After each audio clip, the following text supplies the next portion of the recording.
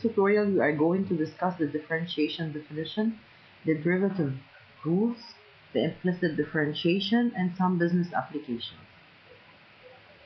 So let's take a brief history about the differentiation, starting with the slopes that we've studied in the previous chapter, the change in y with respect to the change in x, or divide the change in x.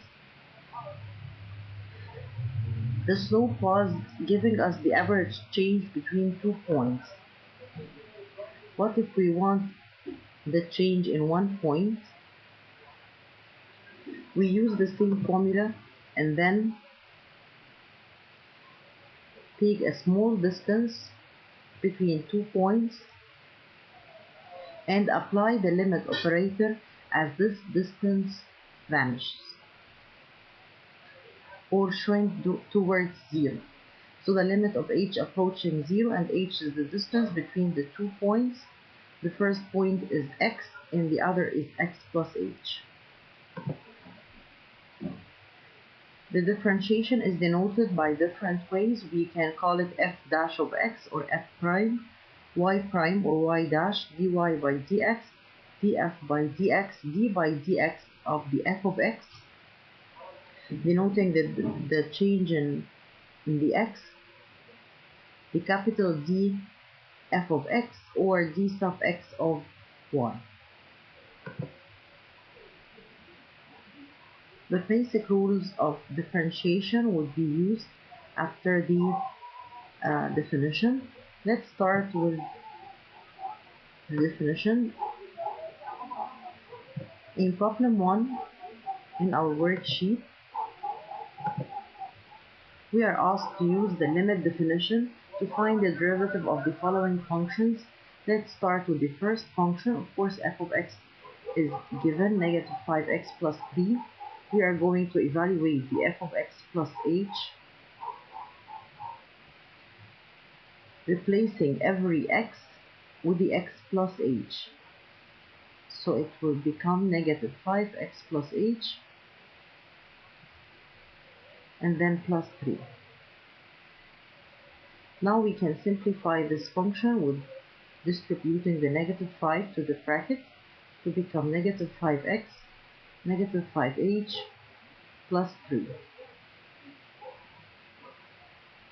Before substituting the numerator of the definition, which is the difference between the two y values, we might try to simplify it. So let's first simplify the f of x plus h minus f of x.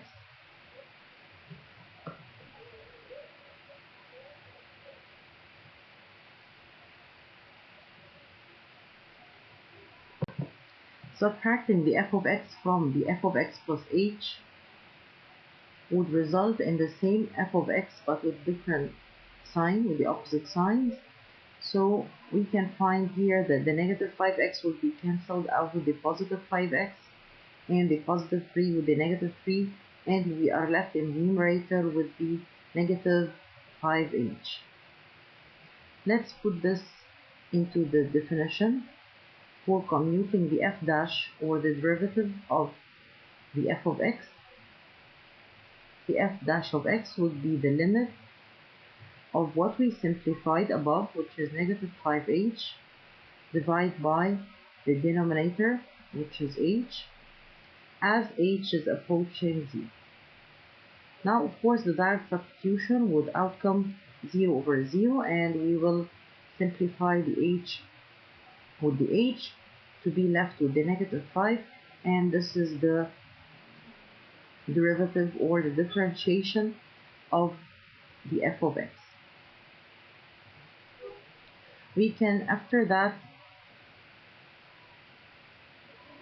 discuss the exercise where it asks us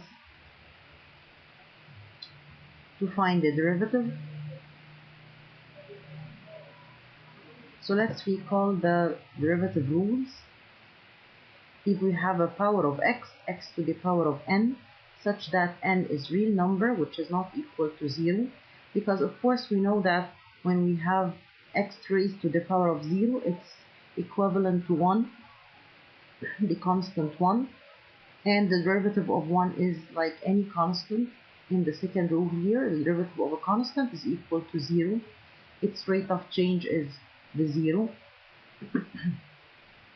So if x is raised to any power other than 0, we will do two steps. We will drop the power and subtract 1.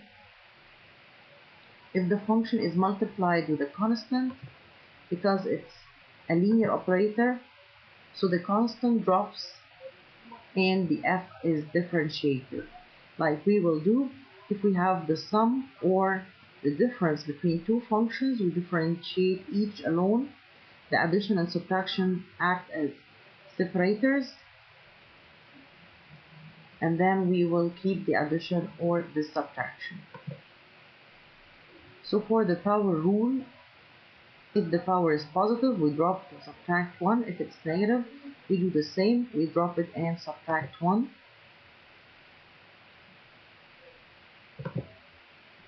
So let's move to exercise 3.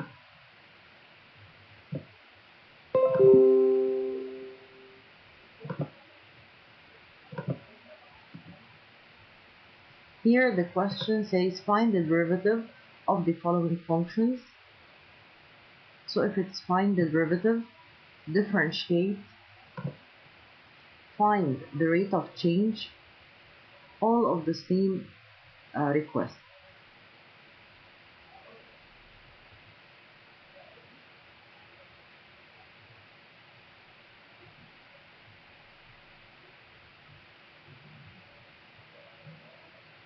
Find dy by dx, or find the rate of change.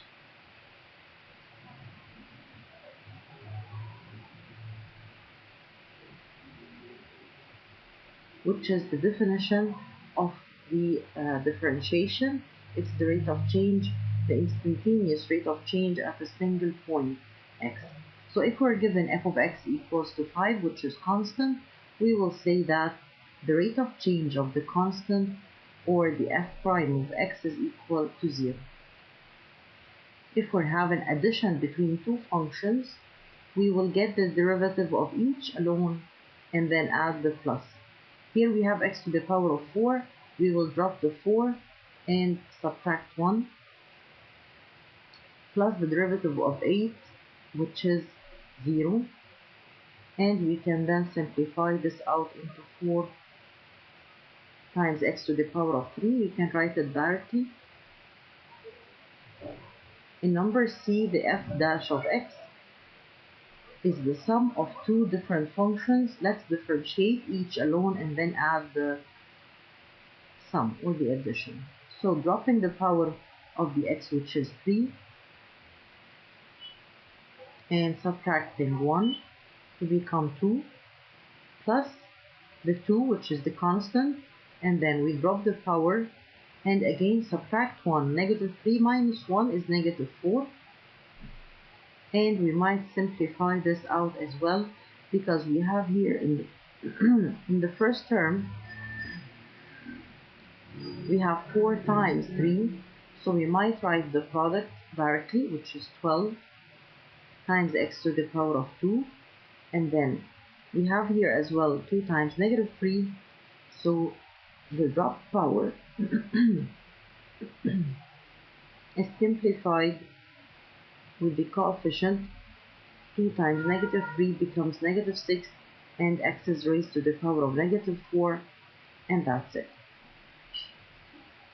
Here we have radicals, and we don't have radicals in the rules.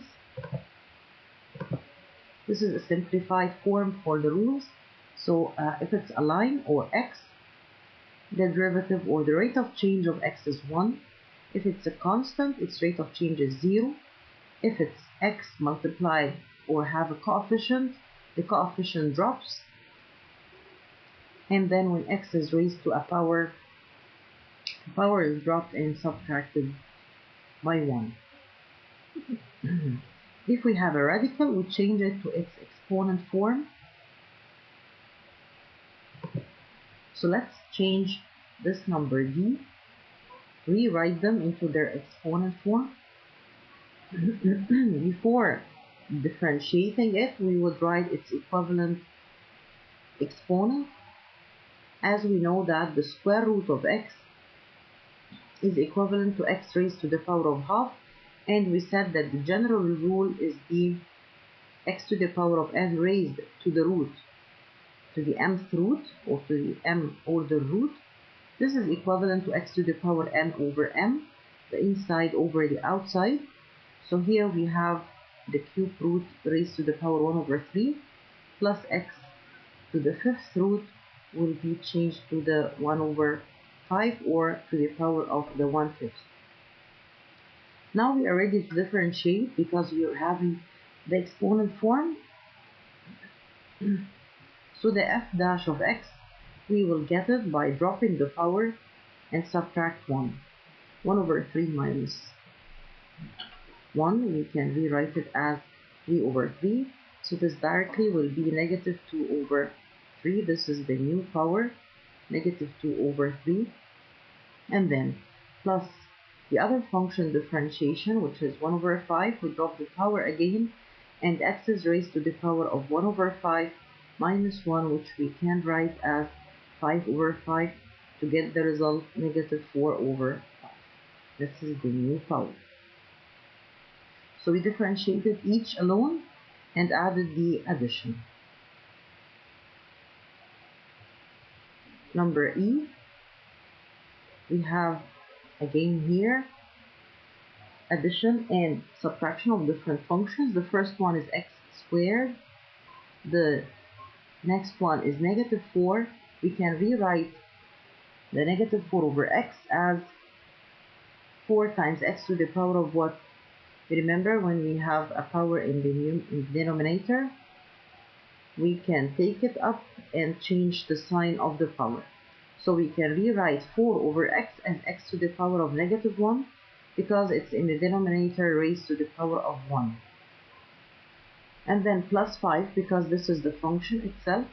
We are just rewriting it, and the derivative can be commuted directly now. We drop the power and subtract 1 to become 2x, and the negative 4 will be multiplied with the negative 1, the power, to become 4. The new power is minus 1 minus 1, which is minus 2, and the derivative of 5, which is 0. So here we've used the rules.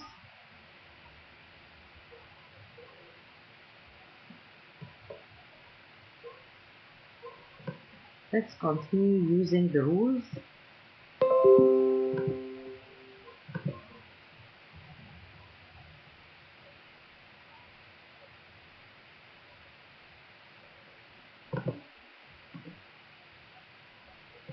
In number f here,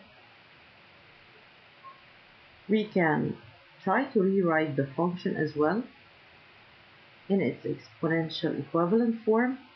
So the cube root of x is equivalent to x to the power 1 over 3 plus 2, and then we were able to apply the rules where we drop the power and the coefficient become 4 over 3 x to the power again 1 over 3 minus 1, which we can rewrite it as negative 3 over 3, and now we have the new power, which is negative 2 over 3, and the 2 derivative is 0, so we might write plus 0. Now in number G, we have like an extension for the power rule.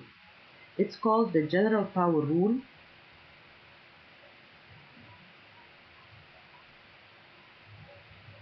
Where instead of having the x raised to a power, we have a full function of x raised to a power, and finding its rate of change with respect to x will be exactly the same. So we will drop the power and subtract 1. What we have inside the bracket here is the same f of x. Now, as if we're differentiating the power, neglecting the f, let's do the opposite. Neglecting the power, neglect totally the power n, and differentiate only what's inside the power f dash. So this is what we are going to apply here in problem number g, where f of x for the f prime directly, we can drop the power and add the bracket as it is with its new power. Now we're add here x power 3 plus x power 2 plus 5x. We didn't differentiate the bracket, so let's not skip it and differentiate the bracket, what's inside the bracket, neglecting the power. X to the power of 3 plus x to the power of 2 plus 5x. We have an addition separating, so it acts as a separator and we differentiate each alone. We do this with the addition and subtraction. So we'll get here 3x plus 2 plus 2x plus 5. Now we have differentiated the first term. It's plus e to the power of x. Remember the natural exponential function. It was a rate of change. This function itself is a rate of change describing the growth or the decay of a certain population. And because it is a rate of change, its derivative, the d by dx of the natural exponential, is the same function. If it's raised to a power, for example e to the power ax, we drop the power and it's the same function again with the same power. If we have the natural exponential again expanded and raised to a function in x, this happens when we have the power not just simply x to the power of 1 like we had here in the first case or in the second case. This happens, or we can call it f of x if the x power is half, if it's e to the power square root of x, if it's e to the power x squared. So in this case, we will say that its derivative is as it is, with the power as it is, and then we multiply with the derivative of the power separately, again neglecting the exponential function. So simply here we had e to the power of x and its derivative is e to the power of x. It was in addition that separator that enabled us to differentiate it without relating it to the other term. Now we have considered the addition and subtraction.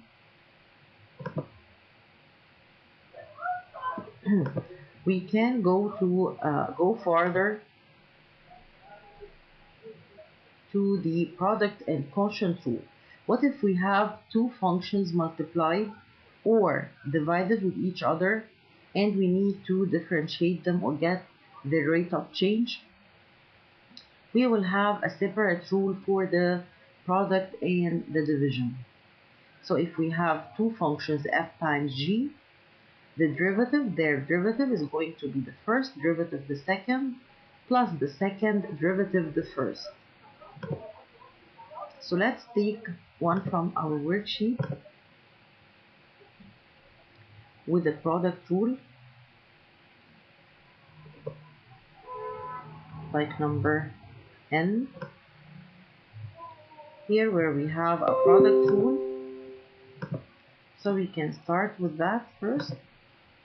So here what we have, the f of x is equal to x times e to the power of x minus e to the power of x. We might call the first function f and the second one g. Now we have f times g. If we are going to differentiate f times g and get their prime or their derivative, it's going to be according to the rule f g dash plus g f dash, first derivative second plus second derivative first. Of course, this was noticed from applying the definition that we have just applied in the beginning. So when they applied the definition for the product of two functions, this mechanism happened and then it was written in the rules table. So now we can use it directly, differentiating the f of x if we have a product, to write f as it is which we called x times the derivative of g, and here g is the natural exponential e to the power of x, and its derivative is itself, plus the e to the power of x without differentiation, which is the same function here, times the derivative of x, which is 1, and then we have the minus e to the power of x, and its derivative is the same function. So now what happened here? We have multiplied f times g dash plus g times f dash. That was the derivative of f times g. Okay, what if we have a quotient rule like in number h?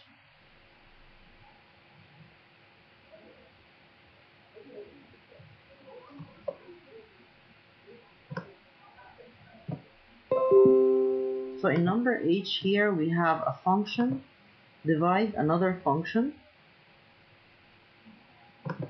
and in that case if we have f divided g and we need to get the differentiation of that quotient, we will have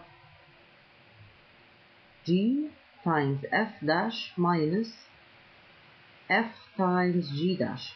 Because we have a subtraction here, we have to notice that we are starting with the denominator. We start with the low, with the denominator. So if the denominator, the derivative of the numerator, low derivative the high minus the high derivative the low, or the denominator derivative the numerator minus the numerator derivative the denominator over the denominator squared. So we might memorize it as we add or we repeat the derivative but raise it to the power of 2, and then we repeat it in the numerator and go in the method which is very similar to the product rule. So let's now here call the numerator f and the denominator g, and therefore we can get the f dash. We might of course use different letters because here we have f. You may use it u and v, u over v instead of f and g, in order not to collapse with the which is called f. So here we will repeat the denominator x to the power of 3 plus 10 times multiplied by the derivative of the numerator. In the numerator we have x power 2 plus x, so the separator here is addition, which enable us to differentiate each alone. The derivative of x squared is 2x, yes, we drop the power and subtract 1, plus x, and the derivative of x is 1, minus that term, the numerator, which we have just differentiated but as it is, times the derivative of the denominator, where we have x cubed plus 10, and its derivative is 3x squared plus the derivative of 10, which is 0, and all of this is raised or is over to the denominator, x power 3 plus 10 all squared. You might try to simplify this or leave it as it is. Later on we are going to use this derivative to continue the problem. It's going to be a step in our problem, so we will need to simplify it. But now, till now, while we are getting familiar with the rule, you might leave it as it is. And of course, one might tell me now that I can transfer that function, that letter h, we can transfer the function to become x squared plus x multiplied, not divided by, multiplied x to the power of 3 plus 10, all raised to the power of negative 1. We might see the denominator as a bracket raised to no power, which means power of 1. So we can take it up like we know if we have 1 over x to the power of n here, it's equivalent to x to the power of negative n. And hence we can take that bracket raised to the power of 1 to be in multiplication with the power of negative 1 and apply the product rule. We might call the first term u and the second one v, and we will get u v dash plus v u dash, the derivative of the product.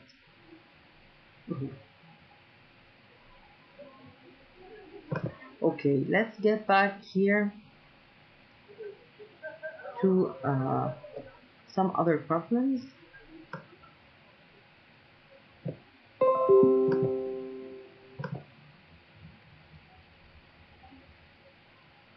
So here again we have quotient rule, which we now have the option to solve it as a quotient rule or a multiplication rule. Let's solve number I in the using the quotient rule or the division rule. So we will repeat the derivative, getting the derivative, we will repeat the denominator as it is. It is raised to the power of 2, and this is the normal function, right? That's the denominator of f. Now we need to apply the rule. So we will get another squaring, applying the rule, and then we will repeat the denominator here as it is.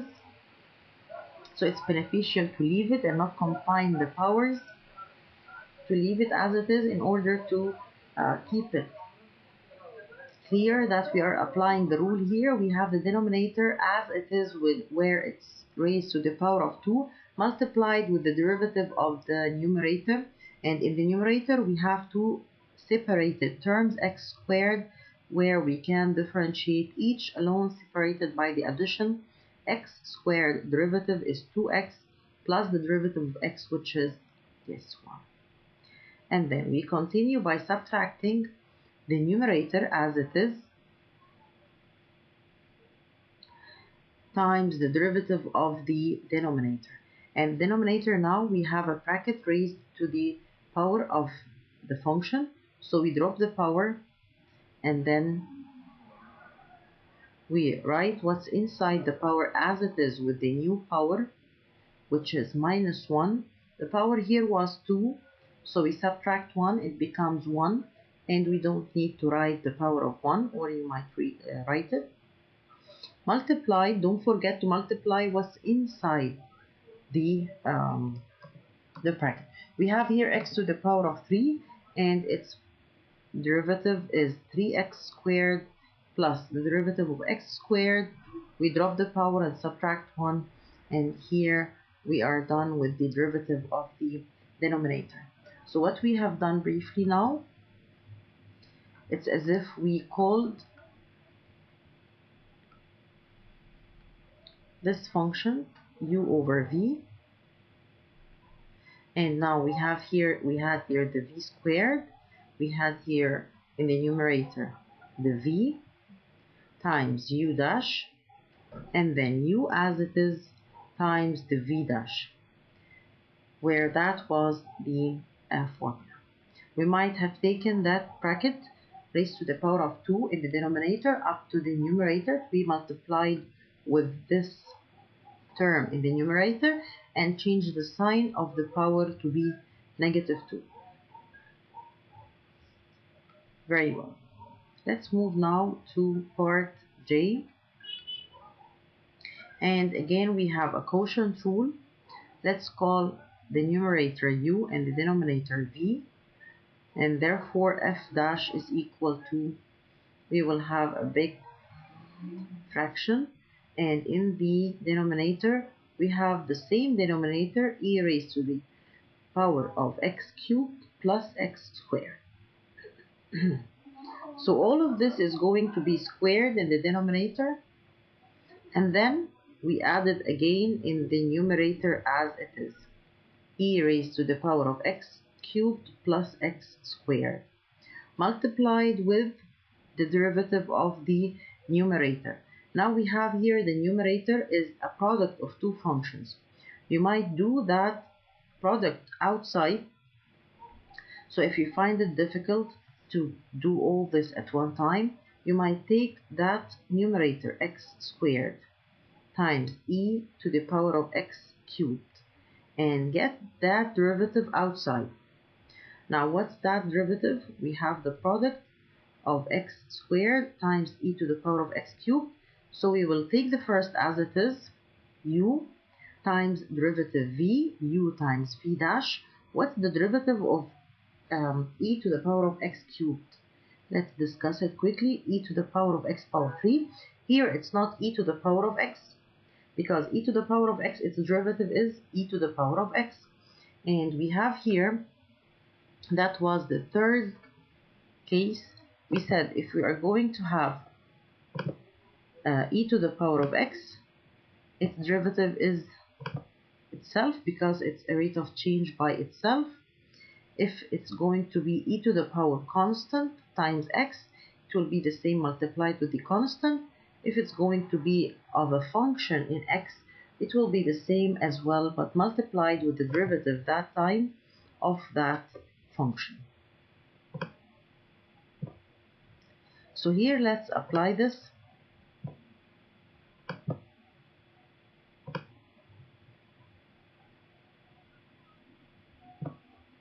We will say it's the same as it is.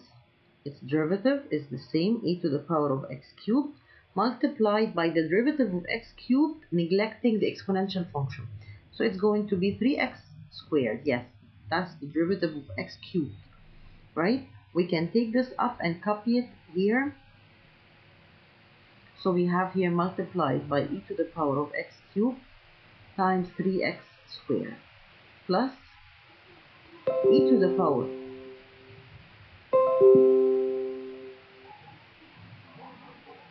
power x cubed, this is the function v, times u dash, the derivative of x squared is the 2x, multiplied with the 2x. Now we might call this asterisk or hashtag or whatever. We might give it a character, and then write it here to save our space.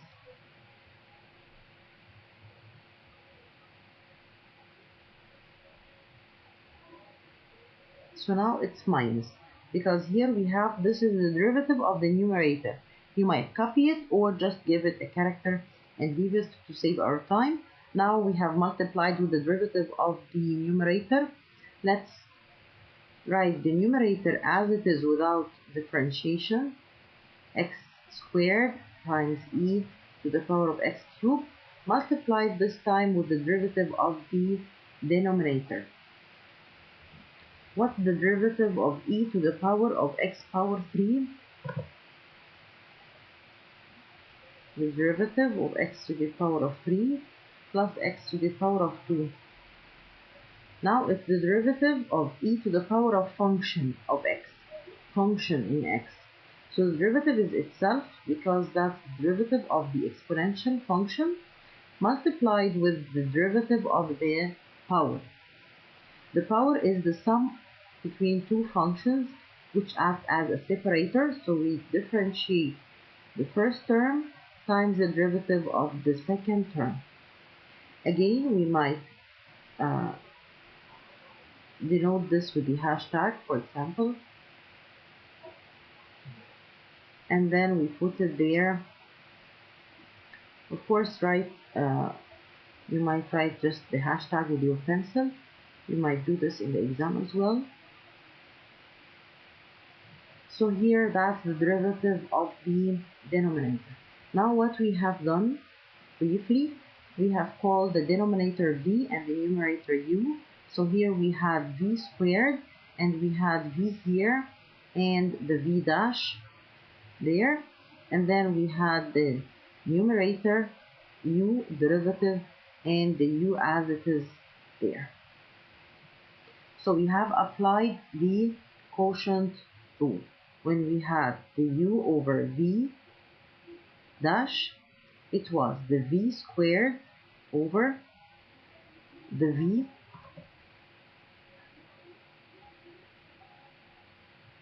times u dash minus u v dash.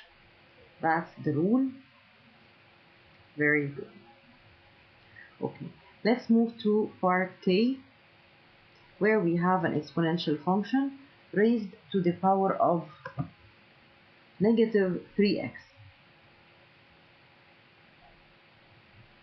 So if f of x is e to the power negative 3x, which is constant, times x, we can say that the d by dx for e to the power negative 3x, this is denoting the derivative of e to the power 3x. We might denote it with the prime for that comma, or d by dx, the derivative is negative 3 times e to the power negative 3x. So this is case number 2 that we have just discussed, that where we drop the power, we drop the coefficient. So as if the general rule is what we discussed in number 3. So in rule number 3 here, we have said that e is raised to a function, to the power of a function, and the derivative is the same, e to the power of function times derivative of the function. So here in part 2, it's the same exponential raised to the same power multiplied with the derivative of the numerator. The derivative of 3x is 3, the derivative of 9x is 9. So the derivative of ax is a. And here in part 1, e to the power of x times the derivative of x. The derivative of x is 1. So multiplying with 1, we don't have to mention it, and that's why we just keep it e to the power of x. Okay. So let's move now to part L, where we have f of x is 4 times e to the power of x squared. Differentiating this, let's get the d by dx for 4 e to the power of x squared. Now we have a constant. If this constant was standing alone, its derivative was going to be 0, right? But because it's multiplied with a function in x, so it drops, and we differentiate the function normally. E to the power of x squared is e to the power of x squared times the derivative of x squared. What's the derivative of x squared here? It's 2 times x. We might simplify this because all are multiplied together, so we might write it as 8x times e to the power of x squared, right? But still here is the solution, which is accepted, and that simplification too is very well. Let's apply in part M here. We have x squared times e to the power of x cubed. Let's get the derivative. Now we can visualize this or read it as u times v, right? So we will write the first as it is, x squared times derivative the second is an exponential, so its derivative is itself, multiplied by the derivative of its power, which is 3x squared, in addition to e to the power of x cubed times the derivative of the first, which is x squared. Its derivative is, yes, 2x. And we might leave it like this. So what we did here, we wrote the u as it is. That was the derivative of v, so that was v dash, plus v as it is times the derivative of u. And we know, of course, that u times v derivative is first derivative second plus second derivative first. And that's what we have just applied.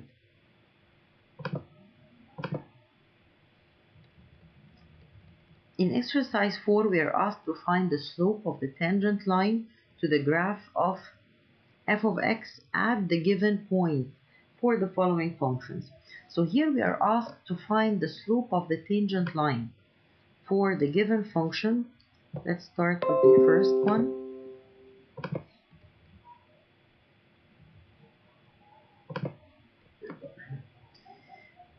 If we imagine that f of x is any curve, we don't have to know the curve of the f of x exactly, because we know that we need it at it's whatever curve for the f of x. Okay, we need to get at x equal 1 to find a tangent line. So at that point we need a tangent line to the curve. That line is continuing, and we need the slope of that line. Of course, this is denoting the instantaneous rate of change at that point. So we know that f dash offers us an instantaneous rate of change at x at a single value of x. So f dash of x is going to be the same as the slope of the tangent line at a certain x. Here we are given at x equals 1. So we will say that that line, the slope of the line, is going to be the f dash, the derivative of the function at that point. Okay, so if we're asked here to find the slope of the tangent line is the line that touched the curve f of x, whatever the curve looks like, at that instant of x, which is x equals to 1. So simply here we are going to get the f dash of the 1 over x. We can rewrite it here as x to the power of negative 1, and hence we have, dropping the power, we have negative 1 times x, which we can call it negative x, and the new power is minus 1, which is minus 2. And now directly the slope is going to be that f dash at the given x point, which is 1. Of course, it's x. The point is given as x and y coordinate. Substituting the f prime x by 1, so this is going to be negative 1. So that's the slope for the tangent line to the curve f of x at x equals 1. Let's do the same here with a different curve.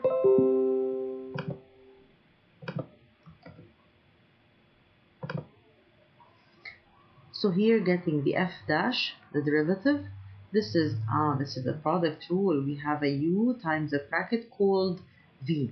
So the f dash is going to be, we are going to use u and v dash. Some people find it difficult to apply the product rule at once. So they denote the u with the first term and v, and then they get u dash alone. If u is equal to 3x, then u dash is 3. If v is the x squared minus, let me write it 2 times x to the power of negative 1 directly, because over x we see it as x to the power of negative 1. Therefore, the v dash is going to be 2x, and then negative 1 times negative 2 is plus 2x to the power of negative 2. And we can directly now copy and paste according to the rule, which says u v dash. So we will take u as it is, multiplied by v dash, which we have just commuted, 2x plus 2x to the power of negative 2, and then plus v as it is, which is x squared minus 2x to the power of negative 1, multiplied by u dash, which is 3. We might write this 3 at the beginning. So here we have v times u dash. That's it. That was the slope. So we have to continue here and say that the slope of the straight line is going to be f dash at which x here given? Yes, it's given at x equals 2. So it's f dash at 2. And now we substitute every x by 2. So here we have 6 multiplied by 4 plus 1, which is 5, plus 4 minus 1, which is 3, times 3. So we have here 30 minus 9, which is 21. That's it. Let's move to a different type of problems. Here we are asked to determine, and by the way, we have the same exercise here in exercise 2. We have to get the slope of the tangent line to the graph of f of x at a certain x point, but using the definition. So we might here apply the definition again for getting the slope of the tangent line for the given f of x at the given point.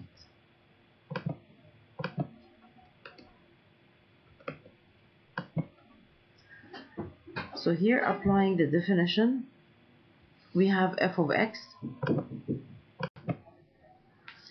So applying the differentiation using the limit or using the differentiation definition is very simple. We are given the f of x already. Let's get the f of x plus h, where we replace every x with the x plus h squared minus 4. Here there is something to simplify, so let's simplify it and expand that power. Of course, we know and we remember, if we have x plus a all squared, this is expanded with x squared plus 2ax plus a squared. And we will do the same here. We have x squared plus 2xh plus h squared and then minus 4. Let's try the numerator with the denominator, simplifying them out. So where we have f of x plus h minus f of x, where we have the f of x plus h, which we have just commuted, and then we subtract the f of x. So we write the f of x as it is, but with the opposite sign. And of course, we will notice now that we have the x squared with a negative sign and with a positive sign.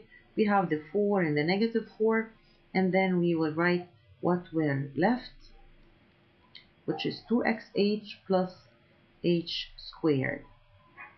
Now let's put this together in the definition.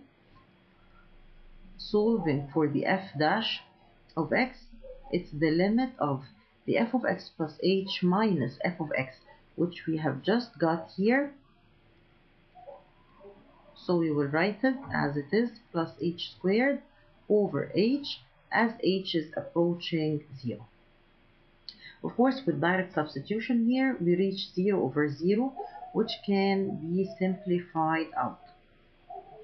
Can you figure out or notice the simplification required here? We have 2xh plus h squared. So in the two terms of the numerator, we're having here what? The h is a common factor in the two terms of the numerator. So we might take that as a common factor, and if we take h from the 2xh, we are left with only 2x. And then take h from the h squared, it becomes h over h, as h is approaching 0. And here we can simplify the h in the numerator with the h in the denominator, where we will be left with the 2x plus h, the limit of the 2x plus h, as h is approaching what? 0. Finally, now direct substitute h by 0, you will find that it's equal to 2x. If this is f dash, therefore the slope of the tangent line, the slope of the tangent line to the given f of x, which is equal to x squared minus 4, at the given point, which is 2 and 0, or we were just needing the x coordinate, which is 2, is what is equal to f dash of 2, and we are given f dash as 2x, so we will just substitute the x with 2 to give us 4. So directly the slope is equal to 4. Of course, you don't have to write all this, we are just discussing it. So that was exercise 2. We might also find in exercise 1, here we were asked to find the derivative using the definition for two other problems. Let's take another one of them using the definition. which is the square root of x plus 2. So let's get its derivative using the definition. Here, the definition says what? Says that f dash or df by dx is equal to the limit of f of x plus h minus f of x over h as h is approaching 0. Now we have the f of x given. Let's get the f of x plus h, where we replace every x with x plus h, so that x is substituted by x plus h. And we will continue plus 2 under the root. And now the f of x plus h minus f of x is going to be that root, x plus h plus 2 under the root minus the root of x plus 2. Now there is nothing here to simplify or factorize or do any extra algebraic step. So we will go directly to the f dash, substituting the x plus h and the f of x. So f dash of x is equal to the limit of the difference between these two roots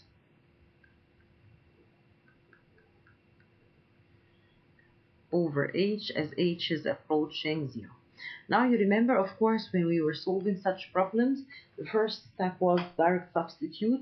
If we substituted here the h with 0, we will be left with the square root of x plus 2, and here the square root of x plus 2. Subtracting them will give us 0 in the numerator, and h in the denominator, which is 0 as well. So 0 over 0, what do we do? First, we think about factorization, and we don't have anything to factorize here. So we will think about multiplying with the conjugate. So we will multiply with the conjugate, which is the root of the x plus h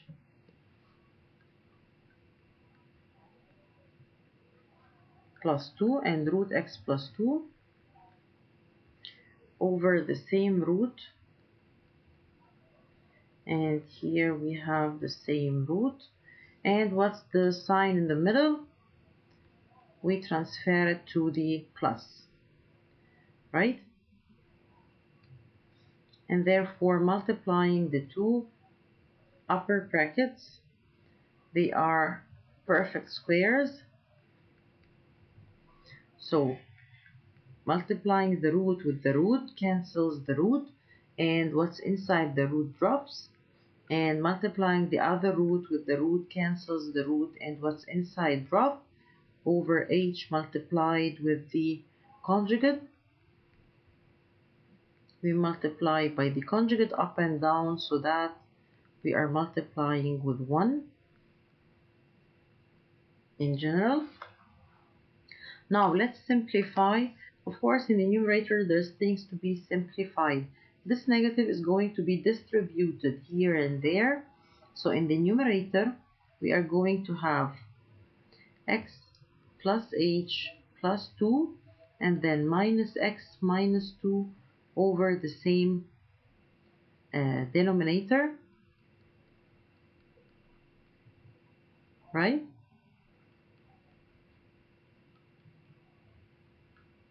And what's going to happen to that numerator then? We will simplify out the negative x with the x and the positive 2 with the 2, and we will be left with the h in the numerator,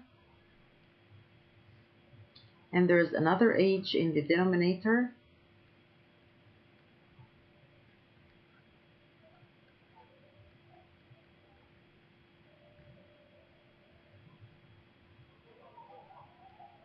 What are we going to do next?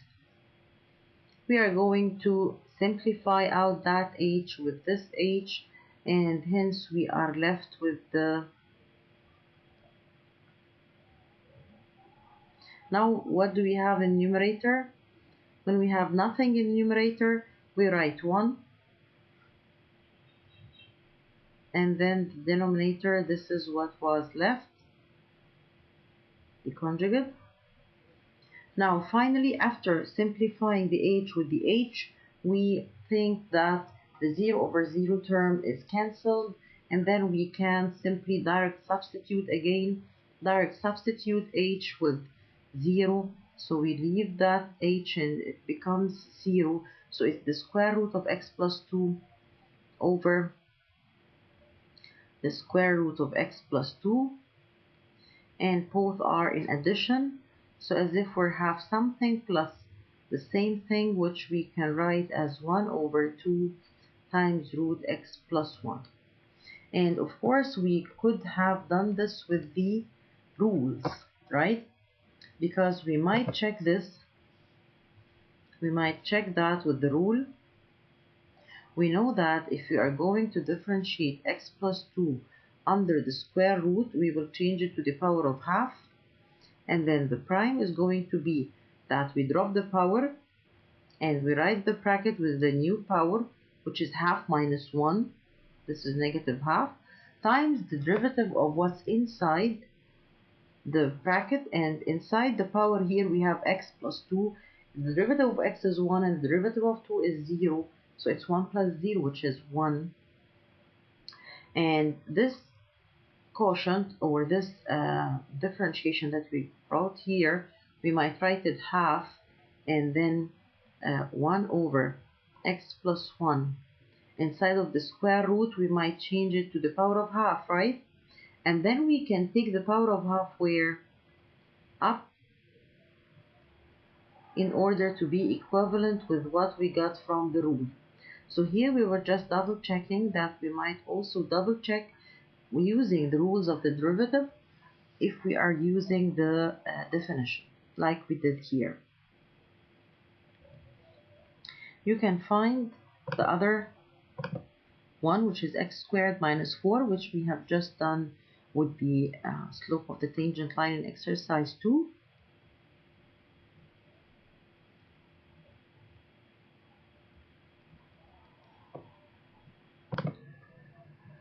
Here in exercise 5, we are also determining the equation of the tangent line to the function at the given point for the following function.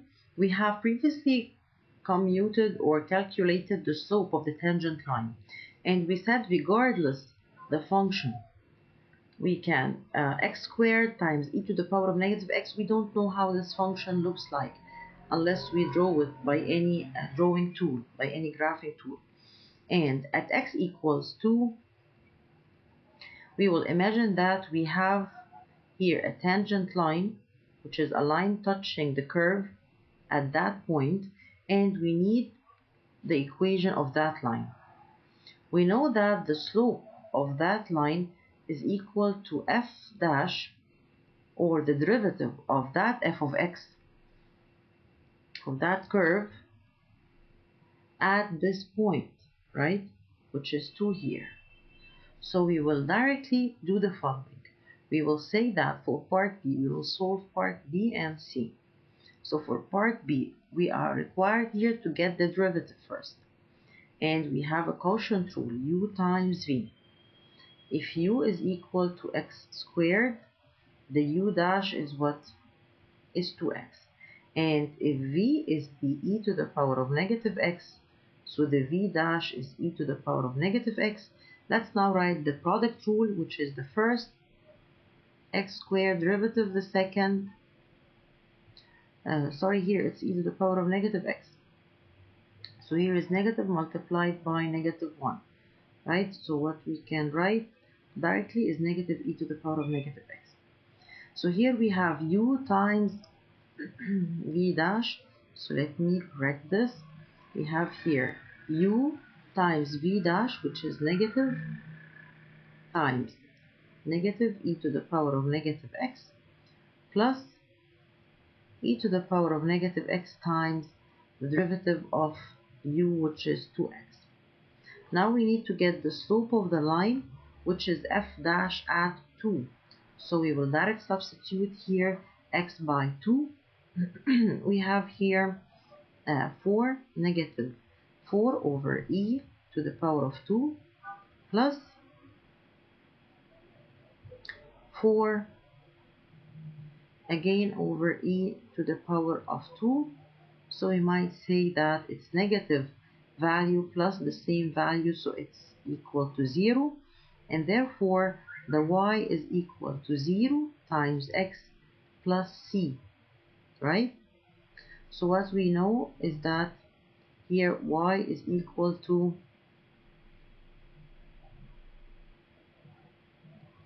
c, and here the c is 4 over e squared, so y is equal to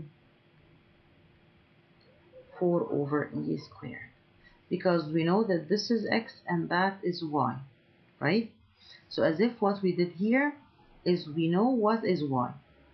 Y is equal to 4 over e squared, whatever x is, because x is cancelled now from the equation. The slope is 0, which means that we have a horizontal straight line.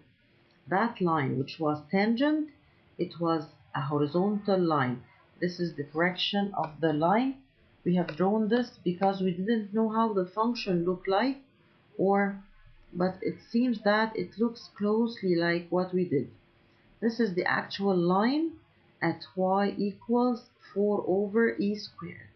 Of course, there is a decimal equivalence for that number, but we are satisfied with writing it in that form, in that exact form, which is much better than the decimal form.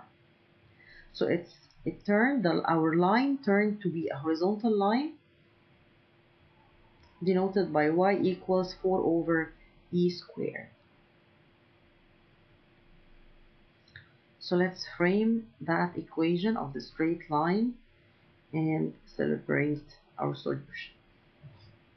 Okay, let's move to part C,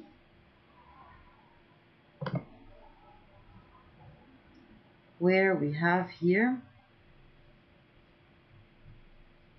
the function. Let's get the derivative of the function, which is that's the general power rule, and sometimes it's denoted the chain rule. I will give you an idea about the chain rule before we leave that part.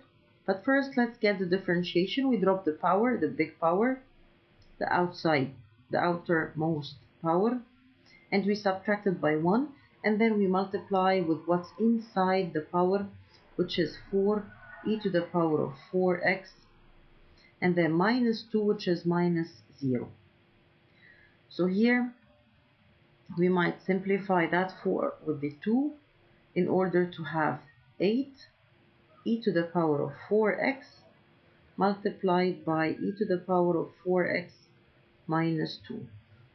Now we need to find the slope, which is that f dash at the given x point, which is 0 here. So we will substitute the x with 0, and e to the power of 4 times 0 is e to the power 0, and e to the power 0 is 1, so it's 8 times e to the power of 0 here inside the bracket, which is 1 minus 2, so here it's negative 8, that's the slope. So we can directly know that the line is y equals negative 8x plus c, or you might use the other form. But let's continue this first. You will be able to get the c using the full point, the full given point, where x is 0 and y is 1. So we will substitute x by 0 and y by 1 plus c. Now we are left with one equation in one unknown, where the c is equal to 1. So we might say that the straight line equation is y equals negative 8x plus 1. Some people here use the other form of the straight line equation. So after getting the slope here, which is negative 8, they go to write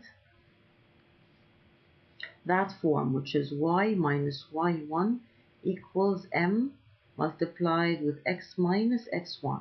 This is very fine as well, because here we can substitute the m with the negative 8, and x and y is the same, and then we have x1 here and y1, that's the point. So instead of x1 it's 0, we'll substitute 0 and y1 with 1, and we will just rewrite that form to reach the same equation of the straight line. So of course you might do this or that, or using the slope and the given point, we might use that form as well. So whatever form is convenient for you, you might use this or that again. You might use that approach or that approach. What is what you can find it more convenient, you can use.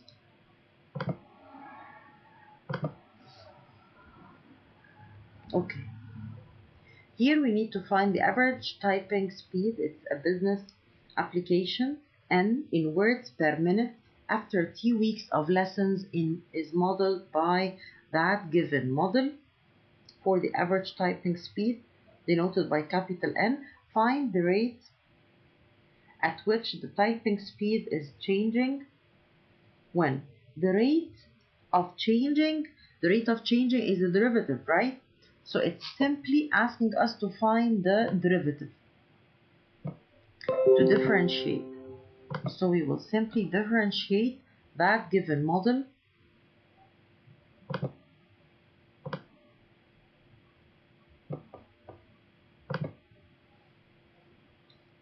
so we are getting here the dn by the dt, because n is given here in terms of t as a function in t. So here you might use the quotient rule, or you might find that this equation is 95 constant multiplied by 1 plus 8.5 e to the power negative 0.12 t raised to the power of negative 1. So here we drop the power, and then we will subtract 1 from the minus 1, which is minus 2, and then times the derivative of what's inside the power. The derivative of 1 is 0, and the derivative of the other term is the 8.5, and then we drop the power. No, it's exponential. It's exponential. So the derivative of the exponential is itself times the derivative of the power, where we have negative 0.12 t. The derivative of is the coefficient, like the derivative of the 4x, for example, was 4, so the derivative of negative 0.12x is the negative 0.12, and here it's 4t, so it's the negative 0.12. Now we need for part A to commute that the dn by dt at t equals to 5 weeks, and the t here is given in weeks already, so we don't have to do any transformation, and by direct substituting here the t as 5, we find that the solution is that 1.65. We might approximate it to the 2 decimal places, so we might write 1.66 approximated up, because the 7 here is greater than 5, and so we will take this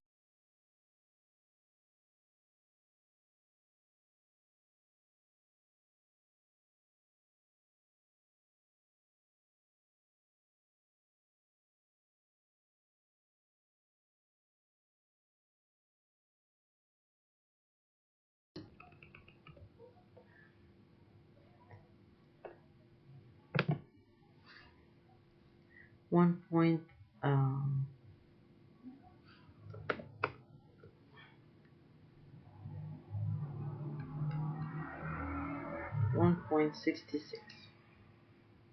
Word per minute. Okay, and for part B, we need to evaluate dn by dt for t equals 10. So we will direct substitute t here by 10 in order to get the result. Let's get it simply here. So at t equals 10, the rate of change of the typing speed is the 2.30.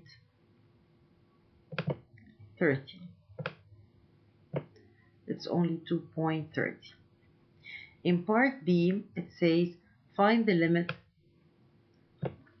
of this model when t increases without bound. So we need to find the limit of this model, not its rate. Only that model. We need to find its limit as t increases without bound. Yes, what does that mean? T increases without bound, so it keeps increasing. So it seems that t is going to the increasing direction of the 10, 100,000, which is the infinity. And which tool in mathematics can approach the infinity? Of course, it's the limit. That's why it said take the limit as t is approaching infinity for the n. So let's replace the n here as t is approaching infinity. The n is the 95 by 1 plus 8.5 times e to the power negative 0.12 t. So we will direct substitute here. We have the limit 95 over 1 plus 8.5 e to the power negative 0.12 times the infinity as t is approaching infinity. Now here, multiplying the infinity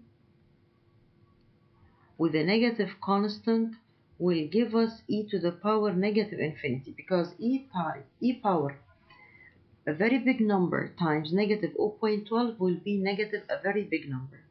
And e to the power negative infinity we can denote it from the graph. This is for our discussion and you can directly use it afterwards. So we know that the differentiation function is something small and get big and crossing the y-axis at 1, right? So here, if x is approaching negative infinity, which means that x is decreasing, the x is going here, y is equal to e to the power of x, and x is decreasing into that direction. What happens to the curve? It keeps decreasing as well, approaching the 0. And therefore, we can say that, we can claim that e to the power, that power is e to the power negative infinity, which can be substituted with the 0 times anything is 0 plus 1 is 1. So we got here 95 over the 1 plus 0, which is what? The 95. So that's the limit as the time is increasing without bound. Very good. Let's move here to exercise 7. The sales, capital S, in millions of dollars for Scott Company from 1997 through 2003 can be modeled by that given model, where t is equal to 7 represents the year 1997. You've got to get familiar with the numbers, with big decimal and such type of numbers, because this is what you are going to face in the real world. In the banking systems and in different economical systems, these are the type of numbers you are going to deal with. Find the rate at which sales was changing in 2002. Again, it asks us for the rate at which, and the rate is the derivative or the differentiation. So we will simply differentiate that function.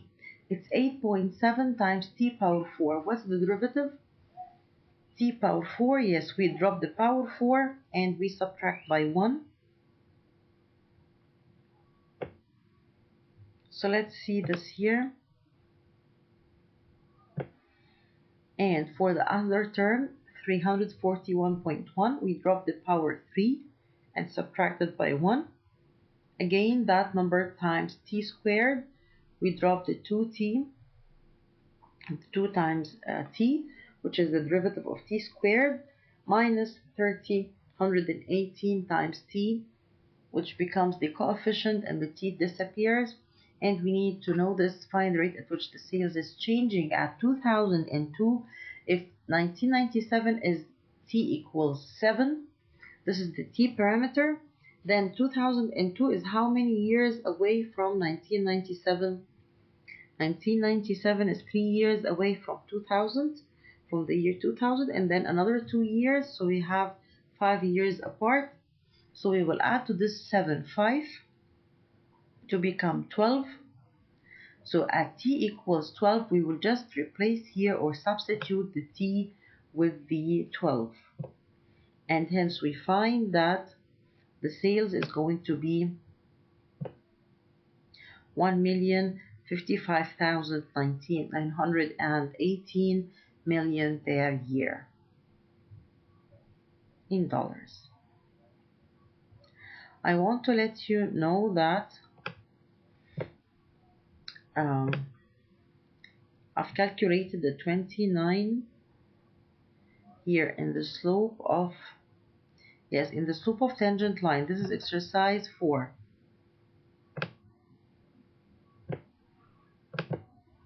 Here in exercise 4, I've calculated this 21 and I found it now 36. Because we have differentiated this using the product rule, and of course it's the same function. If we simplified what we got with the product rule to here they simplified it before differentiating. So distributing the 3x to the x squared minus 3x times the 2 over x first as a rewriting step for the f of x, and then differentiating in terms of x, and hence substituting for x equals 2. So it's the same like we did here, but what happened here is that we used the product rule instead in order to practice it. Instead of doing that rewrite first, of course both are accepted and both are correct, and the other one is more smart because it's quick and easier. That one was for our practice of the product rule when it's not possible.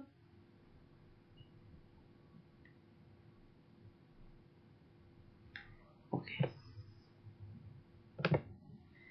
let's move in the worksheet to exercise 8.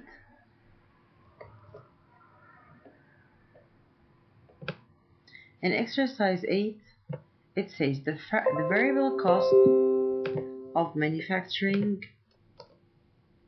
an electrical component is $5 per unit. Very good, that's a variable cost. And of course we know that when it says per unit, it means that we are going to multiply for that cost, for that variable cost, is going to be 5 times the quantity x, right? And the fixed cost is given by the $500. Write the cost as a function of x, and here that cost is denoting the total cost. So the total cost is what? Is equal to the variable cost in addition to the fixed cost, right? So we have here the 5x plus the 500, and that's our linear model. The number of units produced is x, okay, x is the number of units produced. Show that the derivative of this cost function is a constant. And, okay, before and, let's show that the derivative of that function is constant. What's c prime, or the dc by dx? It's only here what? 5, and it's equal to constant. Then we have shown this. Let's move to the other part. and is equal to the variable cost. It's equal to 5, which is equal to the variable cost, which was given as 5. Now we have shown this, what is required, and we are done with the problem. That's it.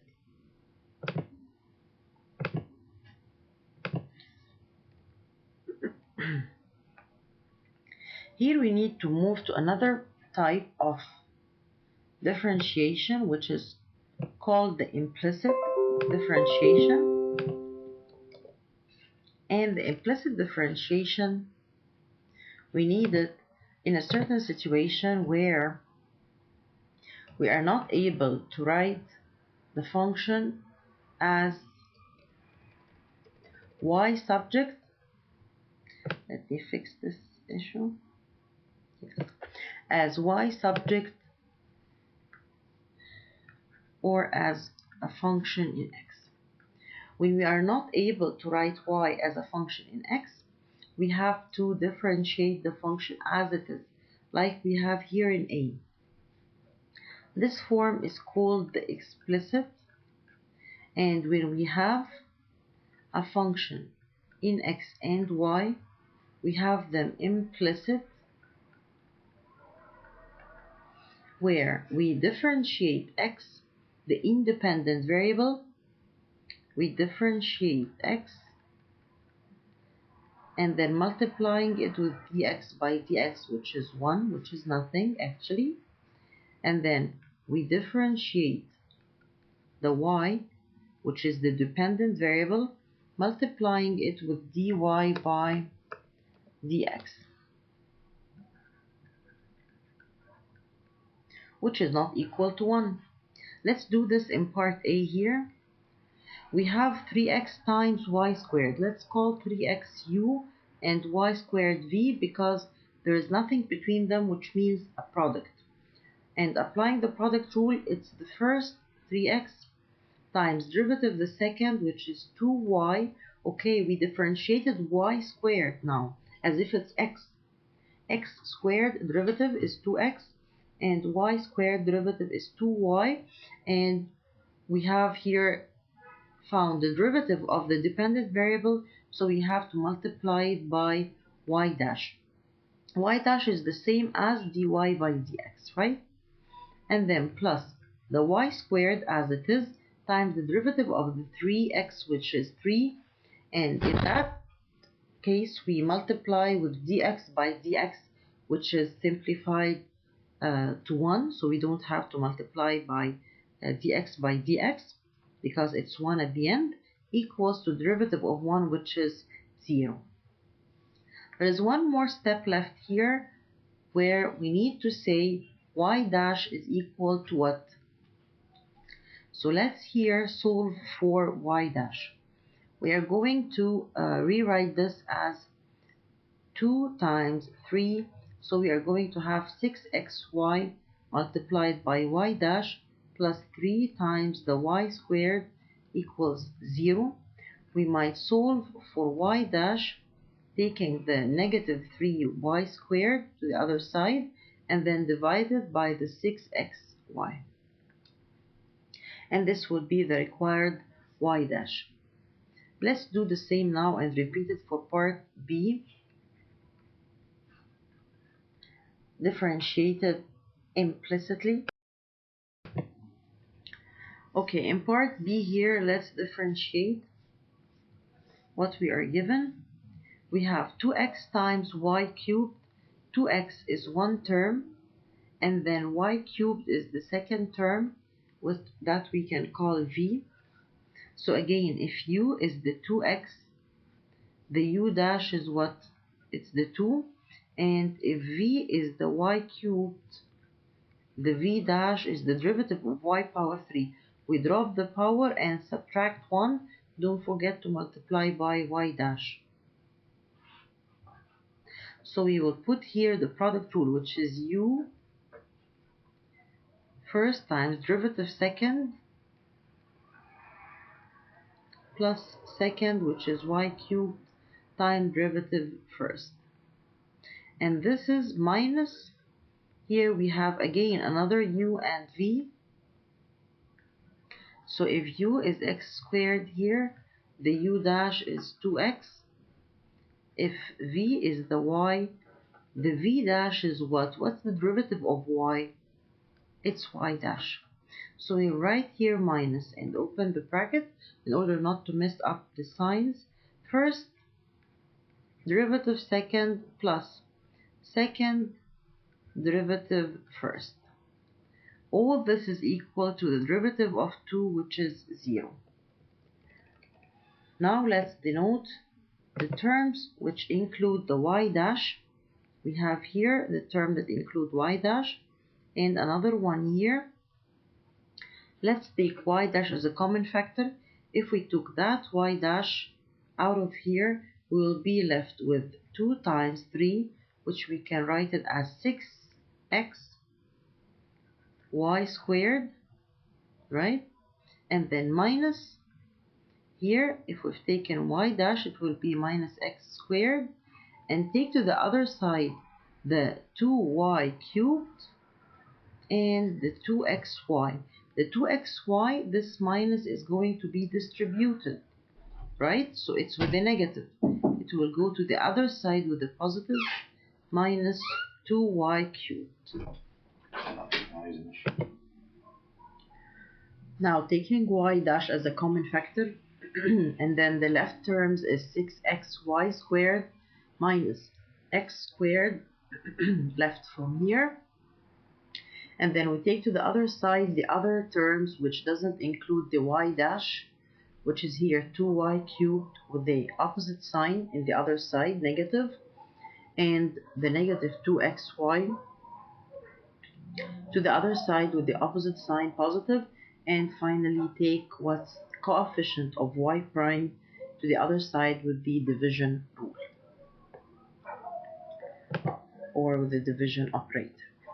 Now let's apply that implicit differentiation to number C, where we have here the division between two terms. First, before solving it, we might think when we have a fraction and a no fraction the other side, we think about this as 1 over 1, and we can rewrite it by cross multiplying the two outer terms and the two inner terms. 1 times the numerator, which is xy minus xy squared, equals to 1 times y minus x. And then now we can differentiate. If you can see more simplifying algebraic step you might apply. And here we have the product of two rules, u times v.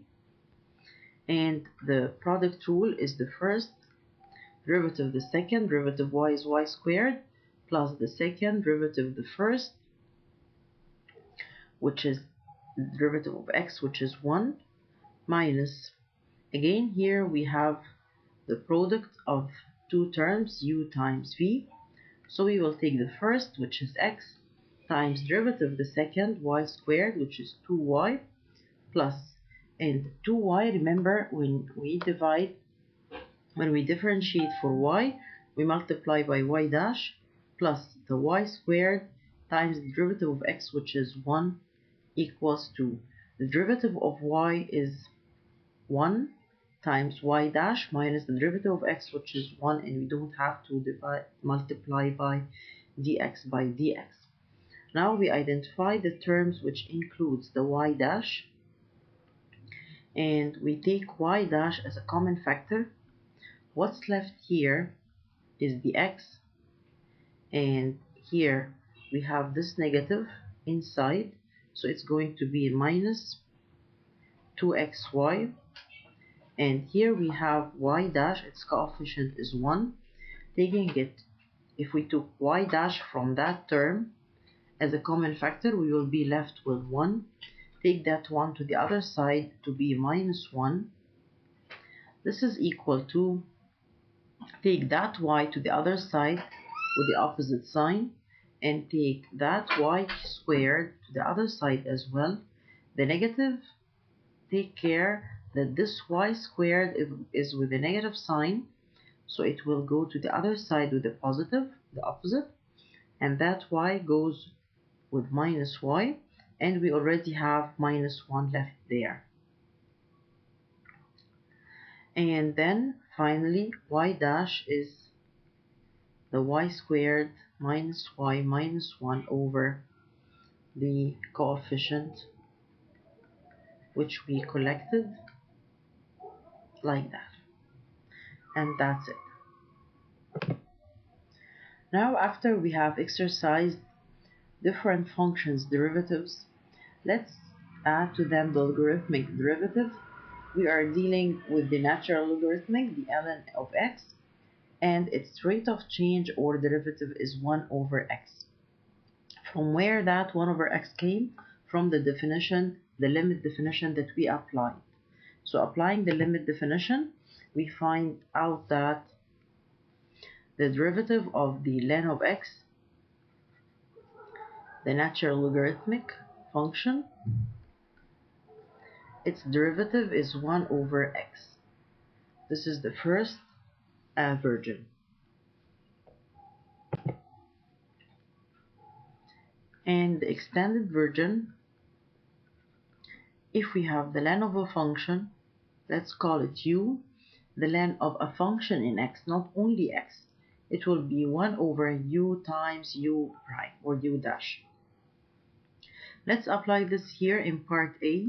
F of x is 3 times ln x. So the f dash of x is going to be what? 3 times the derivative of ln x, which is 1 over x. We can write it as 3 over x. Here in part B, what would be the f dash? The ln of a function, it will be 1 over the function as it is times the derivative of the function. The derivative of x cubed minus 3, we will differentiate each alone, and then minus 0, which we don't have to write. We might rewrite this in a better form, 3x squared over x cubed minus 3. And that's it. Here we have the ln x raised to a power. So evaluating here for the f dash, we will drop the power times the half, so it will be 1/2 times 7, and the new power is what?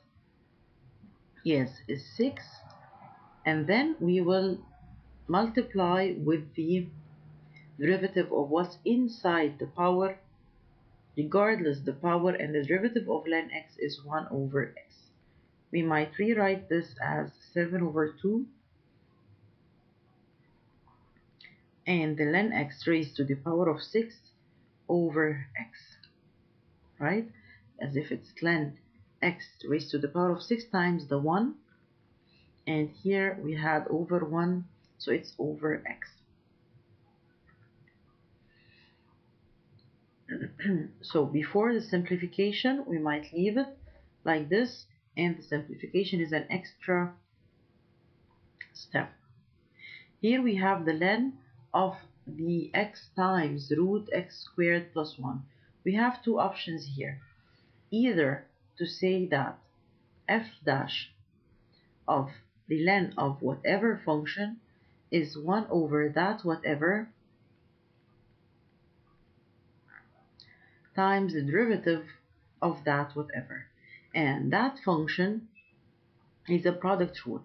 So we will say first derivative of the second, which is root x squared plus 1, we will rewrite it as x squared plus 1 all raised to the power of half. So we will get rid of the root and rewrite it as the power of half, and therefore we will say that the half is dropped and the new power is what? Half minus 1, which is negative half, times the derivative of what's inside plus the x squared plus 1 raised to the power of half as it is times the derivative of x, which is 1 here. And we are done. We might think of one of the len properties. We know that if we have the len of the product, like the len of x times y, is equivalent to the ln of x plus the ln of y, right? So we might get or make use of that property here and rewrite the f of x as the len of x plus the len of x squared plus 1 under the root. Moreover, we might write the root as to the power of half, right? And the power of half can be dropped beside the len, because we knew as well if we have len x to the power of y, this is equivalent to y times len x, right? Now we can differentiate easy in a more simple way.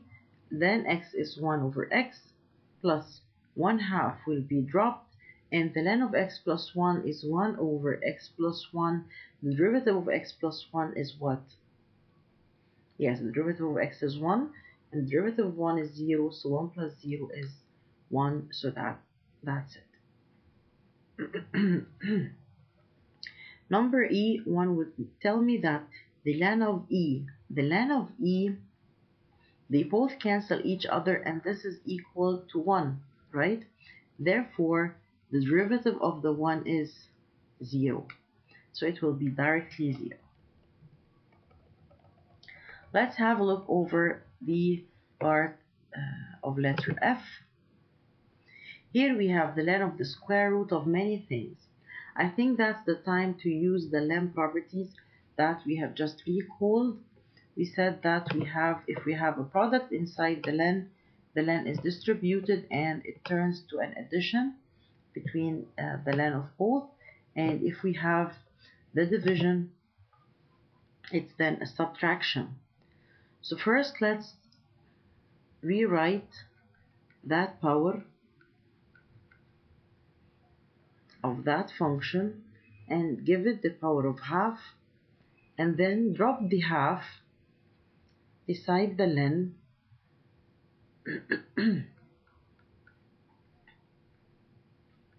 of what's inside here as it is,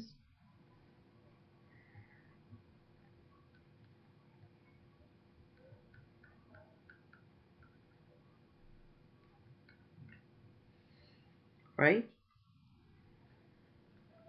So we have all what's inside is inside here as well.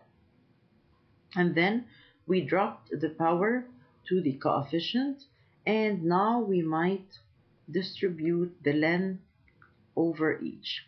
So we are going to have the len of the x plus 1 all squared, and the len for the 2x minus e to the power of x to the power of 5, and the len of x power 3, and the len of 1 plus len x to the power of 4, and we close the bracket. Then we know that the functions in multiplication in the numerator we will add the addition, and the functions in denominator we add the subtraction.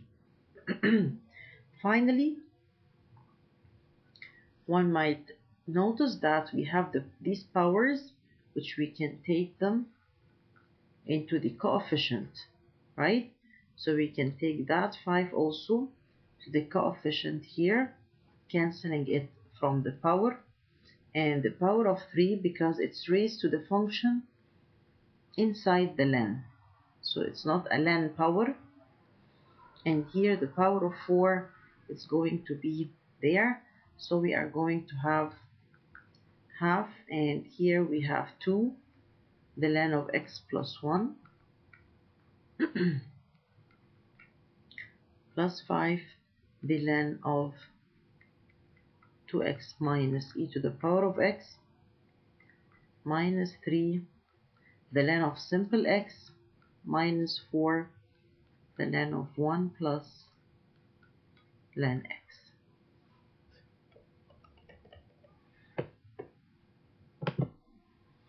Now let's differentiate that in a very simple way.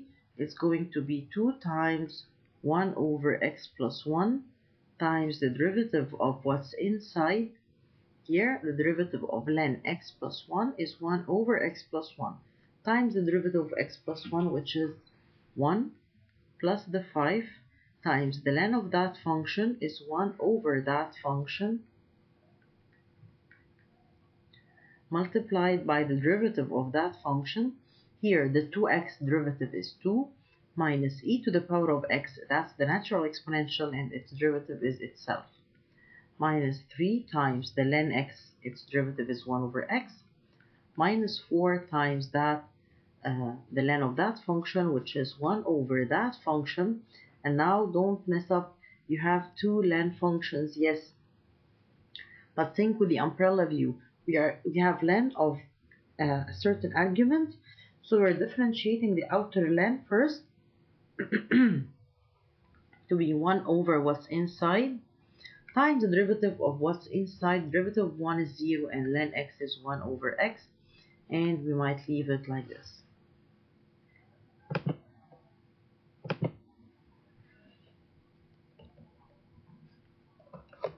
Let's take part G, which is very simple now to solve.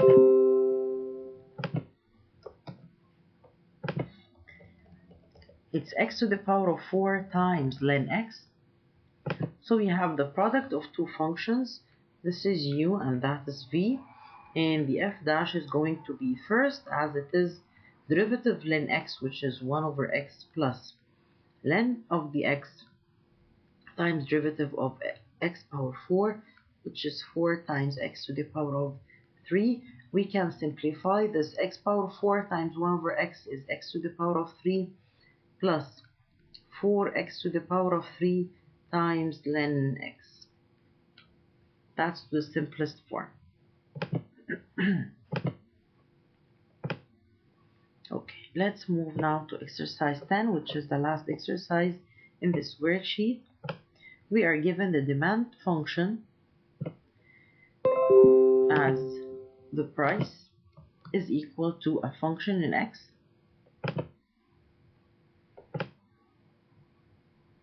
This is an economical application. Find the rate of change of the demand x. The rate of change of the demand x with respect to the price of unit P. With respect to P. So now we are used always to get the dy by dx, or the dc of the cost by dx. Now we are doing the opposite. One simply might alternate this. So you might recall x by p and recall p by x and differentiate simply dp by dx as we are used to. Or you might be able to do that. If you are going to differentiate dx by dp, it means that we are going to differentiate the independent variable and then we divide it by the dx by the dp. And when we differentiate the p, we will divide it, multiply it, with the dp by dp, which is 1 here. So like we were doing with the x, we will do here with the p. So you would differentiate the p. We don't have fractions, it's an equation in one line. X is bigger than or equal to 5 seems to be an extra information which we will not use. And here, starting with the left hand side, p, its derivative is 1 times dp by dp, which is 1 as well, so it's only 1, equals to differentiate the x, 0.002 times the 4. This will be 0.008, and the new power of x is 3. Now we have differentiated the x, yes, so multiply it by dx by dp, or you might call it like we did before. We were dividing the y and then multiplying by y dash, right? So here we would multiply by x dash plus 0.01 times x squared. Drop the power again in order to have 0.02 times x, and the new power is 1. We have differentiated x, so it's times x dash. So here it's times x dash, and here it's equivalent to 1. Plus 5, and the derivative of 5, that's simple, 5 is 0. Now let's rewrite this, or take the x dash common factor from the 0.008x cubed plus the 0.02x, which is equal to 1. Therefore, the x dash is the 1 over that bracket. Right? Very well. Let's move to part B. Here we have p is equal to the square root of that thing. We might, of course, differentiate it as it is. Differentiate the p and then go to the root, transfer it to the power of half, right? But one might notice that if we square both sides,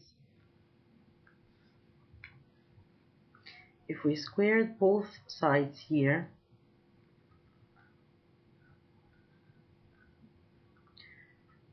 the squaring will cancel the root. This cancels the root and doesn't get the absolute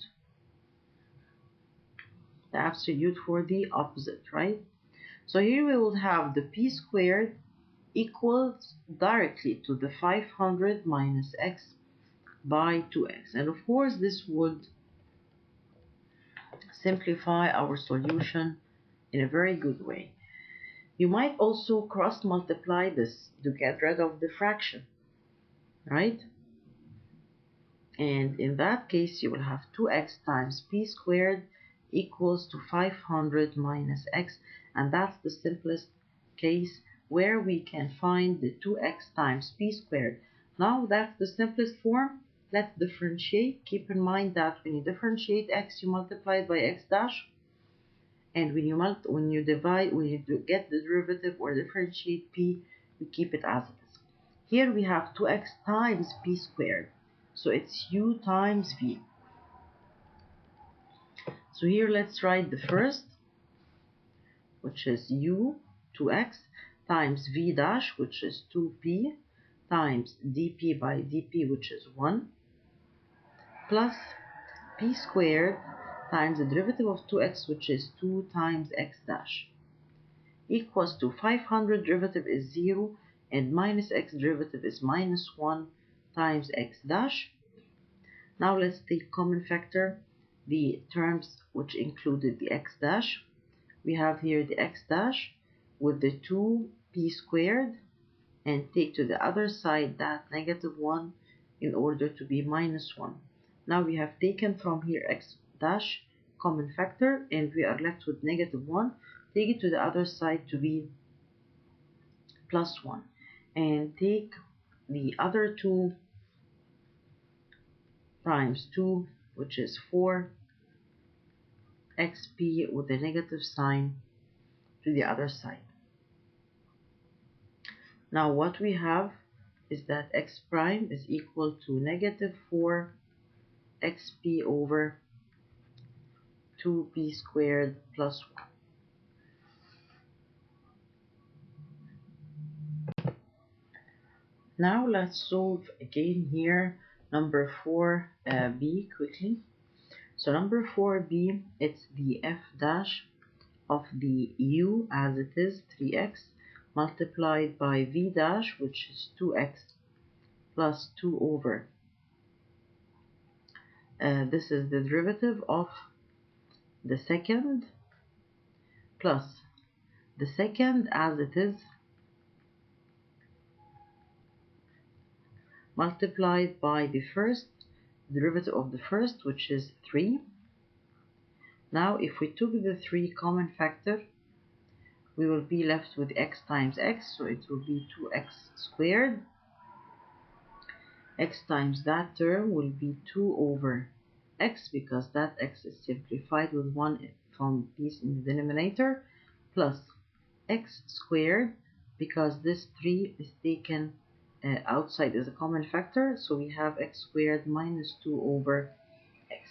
And now we can simplify the 2 over x with a negative 2 over x and be left with the 3 times 3x squared, because this is 2x squared plus x squared.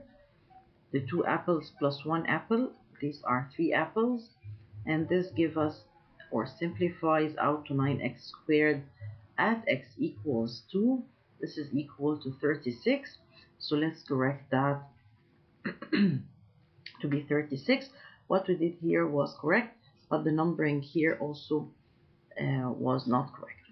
So you can solve it like we did here with the product rule, or like in the solution file, where we made like a simplification first, distributing the 3x to rewrite the f of x as the 3x cubed minus x times 1 over x will leave minus 6, and then simply differentiate that function to get again the 9x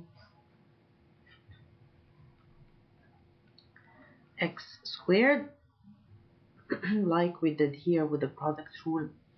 Either way is correct, of course, and both ways are equivalent.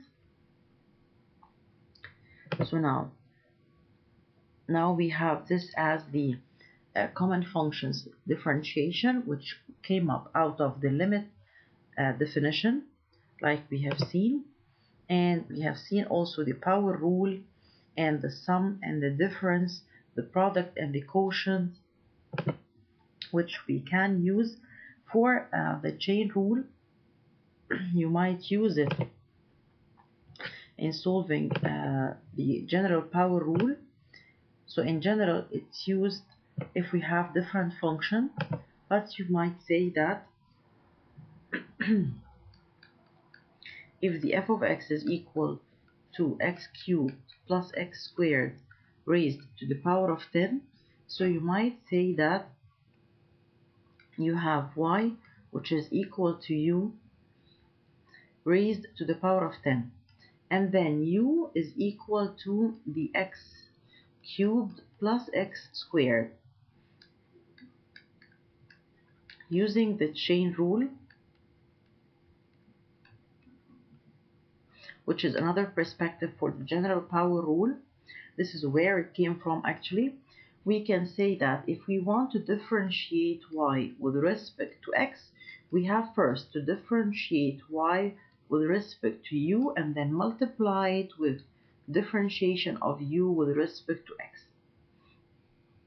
It's just as if the du goes with the du and you're left with the dy by dx, which is not correct mathematically, but we might think about it that way to simplify it. So the differentiation of the dy with respect to du, this is simply the 10 times u to the power of 9, right? Times the derivative of that u with respect to x is the 3x squared plus the 2x, right? This product. And then we might rewrite y as it was we might rewrite that u as x power 3 plus x power 2 in order to be x power 9 times the 3x squared plus 2x. So this is from where it came, the general power rule. Another perspective is that when we were having the x raised to the power of n, its y prime was n times x to the power of n minus 1. If we are differentiating for the function raised to the power of n, its y prime again is n times f of x to the power of n minus 1 multiplied with the derivative of what's inside the power, because it was a y.